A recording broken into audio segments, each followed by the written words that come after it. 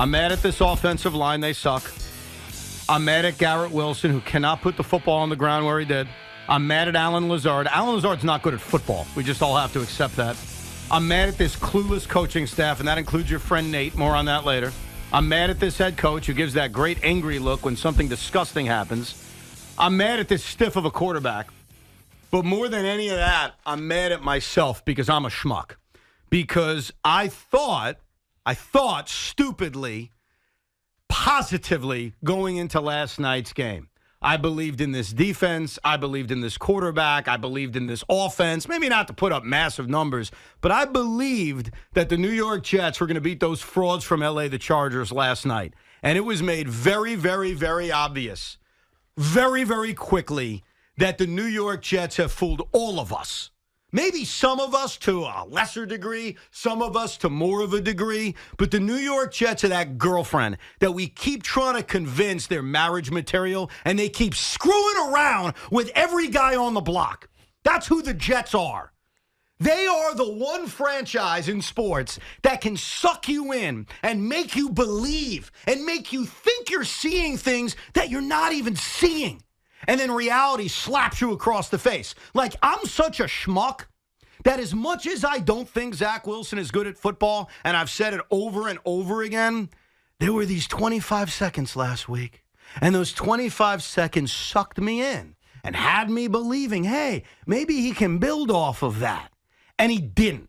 Because he's not good, this offensive line is not any good, this coaching staff's not any good, and even when we try to convince ourselves things will be different, this won't be 2022 all over again. They won't fall off the rooftop like they did a year ago. They embarrass themselves on a Monday night. They embarrass me. They embarrass everybody listening. And I know that they'll win a game in the next couple of weeks. Maybe it's Sunday against the Raiders. And they'll suck a lot of us back in. They'll have a lot of us believing, oh, they're competent. They can make the playoffs. I'm done being suckered in by this fraud of a franchise. I am. I'm done with it. Because last night, even I believed. Even last night, I sat down. My kid's staying up late because it's election day today. No score. I said, sit on my lap. We're going to watch good, fun football tonight. And about 5 minutes in, I had to explain why special teams can be incompetent, why the Jets can't score a point, why Garrett Wilson's putting the ball on the ground, while Zach Wilson holds on to the football way too long, and why Robert Saleh, with his mean look on the side, ooh, I'm mad. Ooh, I'm angry. Well, then do something about it. And I'm also mad at Joe Douglas because a week ago, I said to you, Tiki, maybe they should trade for a quarterback just in case this one goes back to being a pumpkin. Well, he is a pumpkin. He's not good. This offense isn't good. And what really kills me, and I promise I'm done, and then you can talk sense into me. Here's what really kills me. Met fans, remember Jacob deGrom? Remember how great he was? And the Mets sucked, and they wasted the best years of his career. Remember that? Hey, Yankee fans, like BT will remember this. Remember watching Don Mattingly? You loved him. Donnie Baseball. Remember how they wasted Don Mattingly because the Yankees also sucked? Remember how they wasted greatness in this town? The New York Jets are taking this really, really good defense. I'm not going to call them the 85 Bears. I'm not going to do it. They're taking this really, really, really good defense. This defense that continues to embarrass quarterbacks. Coach is right. They embarrassed Justin Herbert last night, that fraud. They embarrassed him. And they're wasting it.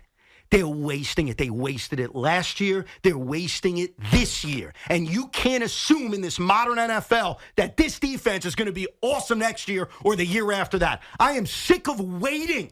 They are wasting this great defense. And they are wasting my life. And they're wasting your life. Because on Monday night, I sat down and said, hon, I'm sorry. We can't even talk about the day. Want to know why? Because I sat in traffic and the Jets are about to start. And she understood. And she said, good luck. Maybe they'll make you happy tonight. She's a moron, too. Because they didn't make me happy. They didn't make you happy. They didn't make the poor schmucks at MetLife Stadium happy. That's all they do. So I'm glad Beningo danced last week. I'm glad I was happy last week. Here's the truth, and you can get a good laugh out of it, Sean, because all you Giant fans should laugh. Your team sucks too. Laugh at us because we're clowns. Because we get suckered in by this every year and every week. And I tried to stay calm. The first 2 minutes I was calm, but I am disgusted. And then the Nets blow a 10-point lead to the Bucks. All right, what's up, bro? Hey, good to see you. Hey, Loogie, Sean, Ev, good show, man. What's up, Let's T? make it a wrap, man. All Good right, job, we're man. good. We're good. Just replay that for the next 4.5 hours. Wow. I guess you're upset. Guess you expect a little bit more from one Zach Wilson. Guess you expect a little bit more from one Garrett Wilson as well, who didn't catch a third down pass. I guess you expect a little bit more from Al Lazard, who got paid in the offseason to come here, and he's just an average football player. He's a bad football player. Yeah, I guess you expected more from this offensive line as well. And with Max Mitchell, who's never played guard, starting at guard, another complication. Look, the reality of this Jets team, as we've talked about any team, it's about the quarterback. I don't care about the offensive line. I don't care about how good this defense is. And by the way, you shortchanged them. They are really damn good, Evan. They gave up 191 yards to the fraud Chargers offense and Justin Herbert. You were correct about that. They did exactly what they were supposed to do, except for Michael Clemens falling on a fumble. Fall on the fumble, dude. You're not the hero. Fall on the fumble. That will make you the hero. Other than that, the only thing that I see worth talking about is Zach Wilson. Because when you make mistakes as a quarterback, when you give an opponent a short field, when you make the easy, and I mean easy, look hard, you put your team in losing position.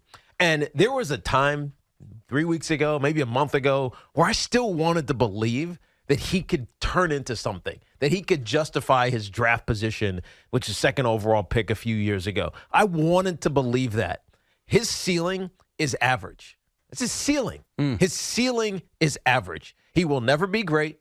He will never do great things, not the Giants game notwithstanding, where he made 2 really good passes. He is not that player because in the moment, when he has to make a play, when he has to do something that extends a drive or creates an opportunity for somebody else, he consistently fails. To me, this all goes back to one person. Because when team is winning, guess who gets the credit? It's the quarterback. When a team is going to Super Bowls, guess who gets the credit? It's a quarterback. When a team stinks because you can't convert on third downs, which they did surprisingly better than they have all season long, when a team turns the ball over in tight and red areas, when the team takes 8 sacks, 2 of them sack fumbles to give the ball back to the opponent, it's all on the quarterback. He has to be better. He has to be more aware. The problem is he's not capable of it. And so at this point, I don't know what Trevor Siemian's road is to being on the active roster. I don't know what the Jets have to see anymore to get Zach Wilson off the field, but he is average, and you know it. You know it every single time he steps on the field. No, he's not.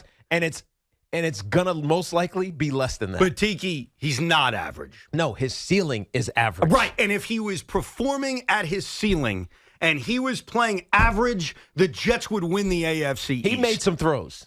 Yeah, I'm he not also lying. makes dumb decisions, holds on to the ball way too long, and is now putting the ball on the ground on a weekly basis. I don't disagree. He wants to be the hero. He wants to be the guy that holds in and makes that one throw. But the NFL doesn't wait for you to make that one throw. I mean, I said this 2 months ago, a month and a half ago to you, Evan. You have to think about Zach Wilson as a rookie, really his development. But the problem is that he's playing like a rookie. What do you see young quarterbacks do?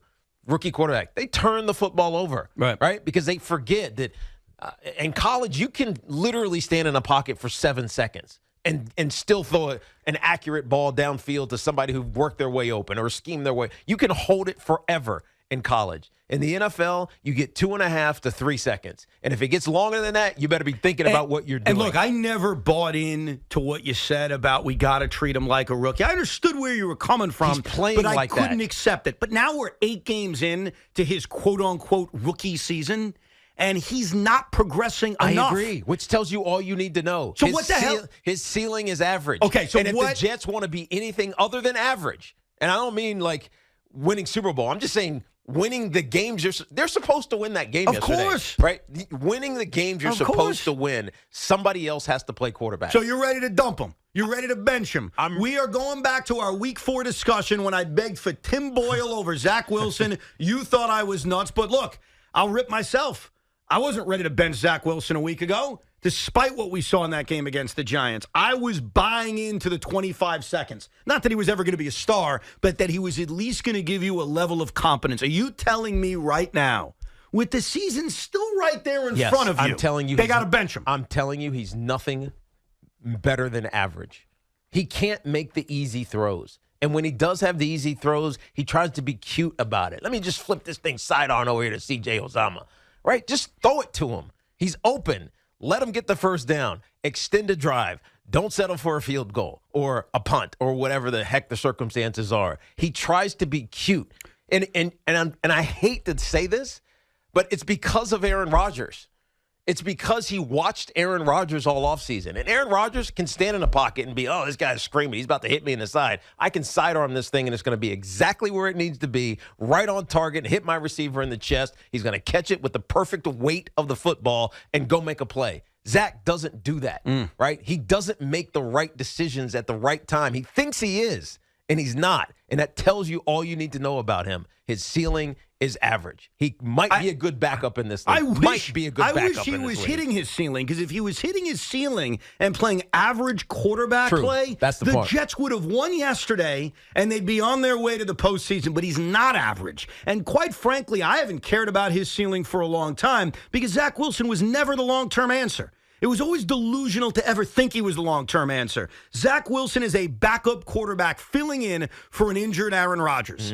And this backup quarterback has failed. And it's not all on him. There's a reason why I'm angry at this crap offensive line. There's a reason I'm angry at the normally sure-handed Garrett Wilson for putting the ball on the ground. And I give Garrett credit. After the game, he held himself accountable and said, that can't happen again, and he's right. And Alan Lazard, I don't know what we bought, but we didn't buy the guy I thought he was. The guy most of us thought he was. Penalties and drop passes. So it's not 100% on Zach Wilson, but he is the quarterback, and a lot of it's on him, and they are wasting brilliant defensive performances. And again, was it just the offense? No, you can't give up a special teams touchdown. See, the New York Jets have a formula, and when they execute the formula, I get all giddy. And that formula is very simple. Dominant defense, check. Forced turnovers, couldn't do it. You mentioned it. Michael Clemens, fall on the ball. Be good to really good on special teams. Didn't happen last night. Darius Davis is still running. And then offensively, don't F up. Don't F up. And guess what? Garrett Wilson, on a drive that actually looked like it was going somewhere, put the ball on the ground. Zach Wilson, put the ball on the ground. Zach Wilson again, put the ball on the ground. They are turning the ball over. Their special teams did not play well yesterday, and they aren't fitting the formula. Now, I admit the formula has very little margin for error. Like, they don't have any margin for error. So a special teams mistake and a bad turnover can cost you, and it can turn a game in which your defense is brilliant into a 27-6 loss, which is like almost impossible to comprehend. Yeah. So you are ready to tell the rookie, quote-unquote, Zach Wilson, get your ass on the bench. Yeah. And you're willing to roll with either Tim Boyle or Trevor Siemian? This team is too good to have a ceiling of average. And he's not playing that way. The irony of this game is that drive to drive, there's actually a tie. What? The Jets manufactured 2 field goals. Yeah. The Chargers manufactured 2 field goals. Yeah, if you don't include like short fields and turnovers. The rest was given to the Chargers. Yes. The 3 touchdowns were given to the Chargers. And so basically these two teams who are 4-4 have very similar circumstances, and their wins and losses this season are the same team. And they're different, but they're the same. They're different because the Chargers are frauds offensively, but they have an elite pass rush, and they'll get after you.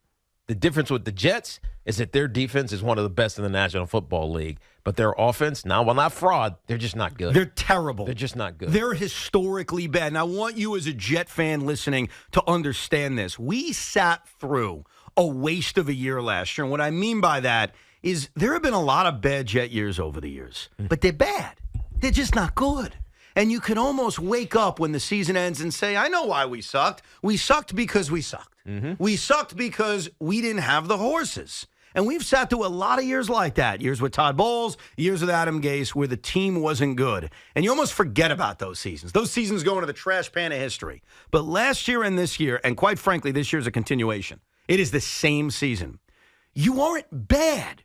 You've got a really damn good defense, and you're wasting it with not just a bad offense, but a historically bad offense. They can't convert on third down. They've got the worst third down conversion rate in the last 40 years. They can't get into the red zone, and if they do get in the red zone, they can't seal the deal. They can't score points. They can't get in the end zone. Just think about their last few touchdowns that they've scored as an offense. They didn't score any against the Chargers. The one against the Giants was a dump off to Breece Hall, in which he had a grand slam, 50-yarder for a touchdown. The one against the Eagles was allowed. They said, please, Breece, score. And the one against Denver was a 72-yard run. So their last 3 touchdowns in 4 games, like, what were they? They can't score points. No, you're right. And so they're wasting brilliance. And that's why, as mad as Jet fans as we have been over the years after embarrassing losses and pathetic losses and putrid losses and icy ghost losses and butt fumble losses, here's why last night and what we're seeing this season is the worst. Because they're good. Because they are capable with this defense to play with anybody and beat anybody. And all they need is not a good quarterback play, not a good offense. Just don't be incompetent losers. That's it. If your offense is not incompetently bad, you can beat anybody. And that's why last night I couldn't sleep after this game. That's why this morning I woke up and I was in a fog. That's why this afternoon, it's been how many hours since the game ended? I'm still mad. I'm not even sad. I'm not depressed. I'm mad. I'm mad at everybody, but I'm especially mad at myself because I should know better. And we should all know better. So I apologize. I'm sorry that yesterday I was a delusional bastard to think that they would win this game. Jets win tonight. I'm sorry. I got to hold myself accountable. I apologize. I don't know what got over me. The Chargers are frauds. A great 25 seconds? Really? That's what convinced me? A great 25 seconds. Trust me, I've had plenty of great 25 seconds. What does it actually mean? It doesn't mean anything. So I'm sorry. I sort of believe in my quarterback. I can't believe I even said that. Because all I've said for weeks and months is he's not good, he's terrible, they should trade for a quarterback, they should play Tim Boyle. But 25 seconds of weakness. And I can promise you this. As number 43, George W. Bush once said, you fool me once, shame on something. You fool me twice, we will never get fooled again. And I can promise you this. I will not be fooled by this garbage again. I think Zach's going to be competent tonight. Weren't your kids made in 25 seconds? Jets win tonight. Oh, just a little levity. Thank you.